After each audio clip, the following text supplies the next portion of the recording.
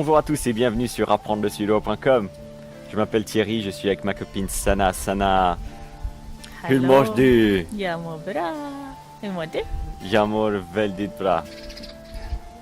Aujourd'hui, quel est le titre de la leçon Sana? Pluriel exception. Les exceptions plurielles. Ja. Joli français. Les exceptions plurielles. Aujourd'hui, on va parler de certaines exceptions qui font qu'on ne peut pas utiliser les règles dont on a déjà parlé pour former des pluriels. Et oui, malheureusement, il y a des exceptions comme dans toutes les langues, mais vous allez voir que c'est pas si terrible que ça. Disons qu'ici, si vous avez un mot en en comme enbil ou un mot en en comme enbild, on va pas savoir dire sans avoir étudié au préalable si la terminaison va être AR ou ER. Enbil, une voiture devient billar au pluriel, Ja. et enbild devient bilder. Donc une photo, des photos au pluriel. Voilà, ça c'est des choses qu'il faut apprendre avec le sourire. Même si c'est pas trop grave si vous disiez quelque chose comme, si vous dites quelque chose comme bildar istället för bilder. Ja. Det är okej. Ja. C'est pas de l'excellent suédois, mais encore une fois, on vous comprendra.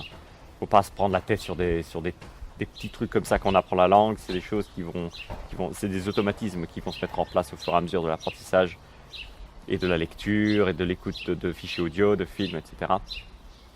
On a d'autres exemples ici. Et vous allez voir que tous les exemples respectent quand même une certaine règle. C'est que c'est des mots en en d'une syllabe qui se termine par une consonne.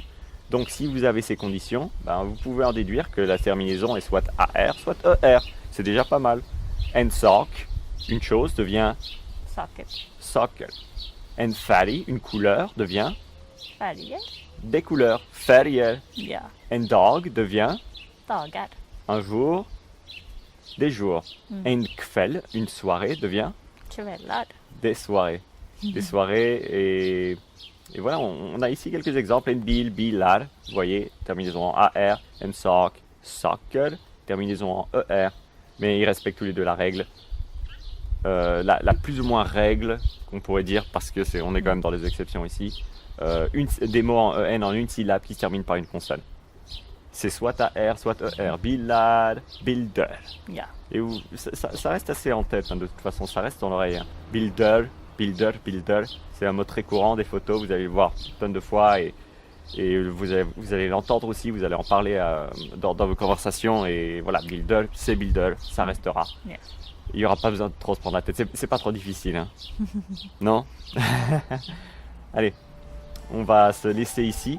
Et c'était la troisième leçon déjà sur les pluriels. Il y en aura d'autres qui concerneront d'autres types de mots et qui vont aller un peu plus en profondeur. Mais voilà, faut pas se dire qu'il y a tant de travail que ça, parce que voilà, au final, on va avoir quoi? On va avoir 5-6 leçons sur les pluriels. Mais une fois que vous les avez toutes regardées une fois ou deux, voilà, vous savez plus ou moins former tous les pluriels des mots en suédois, ou en tout cas la majorité. Donc ensuite, on peut les laisser derrière nous et continuer à avancer et apprendre quelque chose d'autre. Donc c'est super.